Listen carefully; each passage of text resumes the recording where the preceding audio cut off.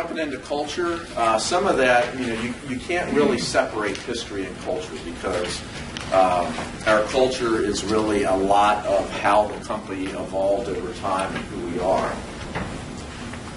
The RISE values, those are the values set out there by CB Corporate as their values: respect, integrity, service, and excellence. A couple years ago, we had a strategic planning meeting of the principals of our local company, broke everybody up into 4 groups, independently said, what are we locally about? And came back together and consistently, and this was before RISE had really been promoted that well, so not everybody in the room knew it. Consistently, everybody came back with these 4 things. So a lot of alignment between corporate's values and our values regionally. But there was one more that we'll talk about in a second added, and that was entrepreneurialism. And that's sort of what separates us in the way we think, the way we operate. As smaller business owners and developers and agents, we have a more entrepreneurial mindset. This camaraderie is important. There is no hierarchy. A lot of our meetings start off with a leave your title at the door. When you come into a room at one of our team meetings, every team member is an equal contributor to what's going on. Some of the best ideas I've ever gotten are for having breakfast with maintenance guys at Shoney's. That's all you can eat breakfast buffet, so that's where the guys love to go. But everybody is a contributor within this company. There is no real hierarchy of. You get the employee survey comments is there's no career path for me. That's because I can't go up here and up here because we're so flat as an organization. Rob? Tony, I wanted to share something real quick. The second quote there, Scott and I were having breakfast this morning, and I was telling him, I think we've got a real good opportunity to get 85,000 square foot Class A building in Charlottesville for asset services. But the gentleman who's put the building under contract, when he called me and asked for a proposal, he said, I want Maki to be the technician on this building. Well, Maki is the technician on the current building he's in. And Maki, honestly, takes care of him on a regular basis. If anything happens with that building, anything happens in the space. And I can tell you a big reason that we're getting an opportunity to do this is directly related to the tech that's on that building now. It's a great example.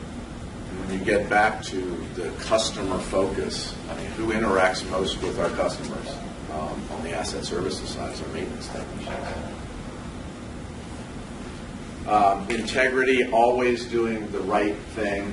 I remember back, it was 1992, and we were in the process of selling a building that we developed. And an agent who will go nameless had in the sales package that we had a 15-year roof warranty. And I'm sitting in the room at the closing table, and we're going through stuff, and we only had a 10-year warranty on that roof. And it's like, no problem.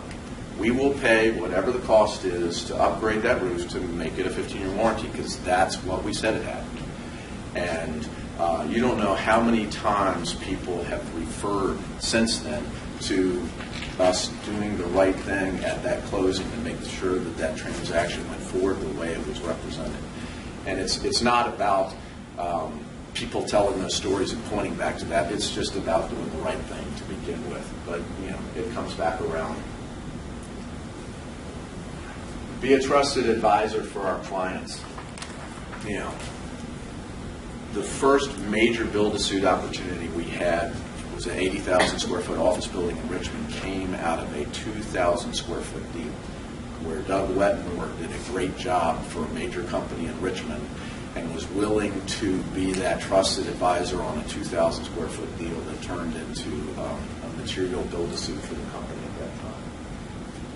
Listening and understand the client's business. And I'm not going to read all these things because y'all can read those, but it's really all about the long-term interests of our customer, and it gets back to the early philosophy: if we do what's right for the customer, the bottom line follows. Act like an entrepreneur. we've talked about, it's interesting that these are both quotations from CB Corporate, but that's one of the things that I think we do exceptionally well, is acting like an entrepreneur. What can you do to make the best results? We talk about failing fast and often. If we're going to try new things, let's try them. Let's try them frequently, and if it doesn't work, then we'll just move on. But let's try new things and see if they work.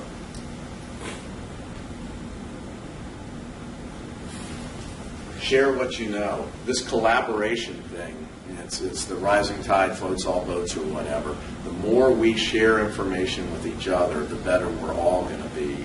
And that's a critical value for us. If we have people in the office that lock every file drawer before we leave, then they leave at night.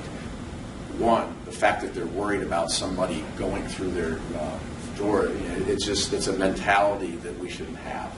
That we don't want people going through our drawers, but we should have the expectation that everything's safe, that anything that I know, I'm willing to share with you because it can make us all better. Most of you are familiar with our programs where we acknowledge everybody via ACES. A really important thing, it's nice I was able to go to both Hampton Roads and Richmond's quarterly meetings to see the differences in approach in the two offices with the ACES awards, but so critical to acknowledge everybody that's doing such a great job for us. Training. We had everybody go do your job and let me know if you need help approach for so long. I think training has taken a place to the side or to the back burner, and now we've brought it way forward, and that continuous improvement is really important for us as a company. Founding Mid-South University, making a commitment by getting Courtney as our director to run things for us. And this is not going to stop. We're going to be continually focusing on developing new training tools, tapping into outside resources, and making us all the best that we can be. Giving back to our communities, Scott mentioned how important that is. I mean, our communities are us. We are our communities. It's what interests you that for me, it's the Boy Scouts. I've been very, very actively involved for many years, and it's because I enjoy it. And so figure out what's fun for you and get involved in the community if you're not. And ultimately, it's that fun goal. Have a good time.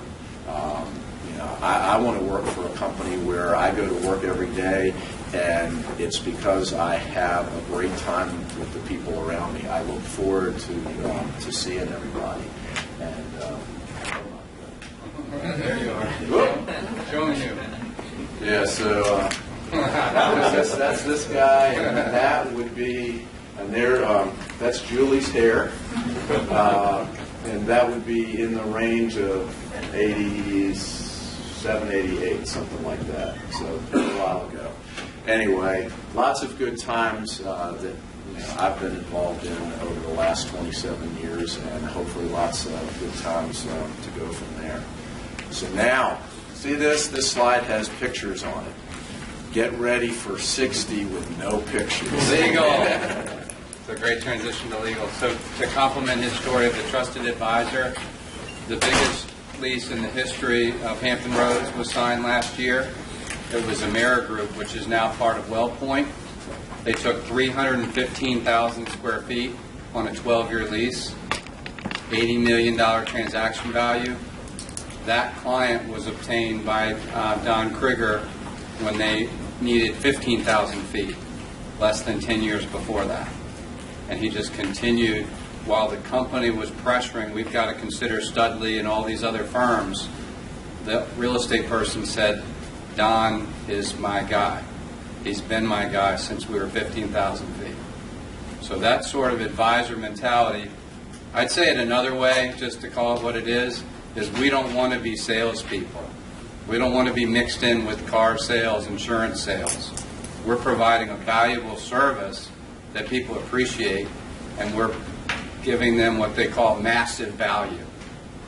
They don't even, what we give them is multiple fold what they pay us, and that's really the mentality we need to have.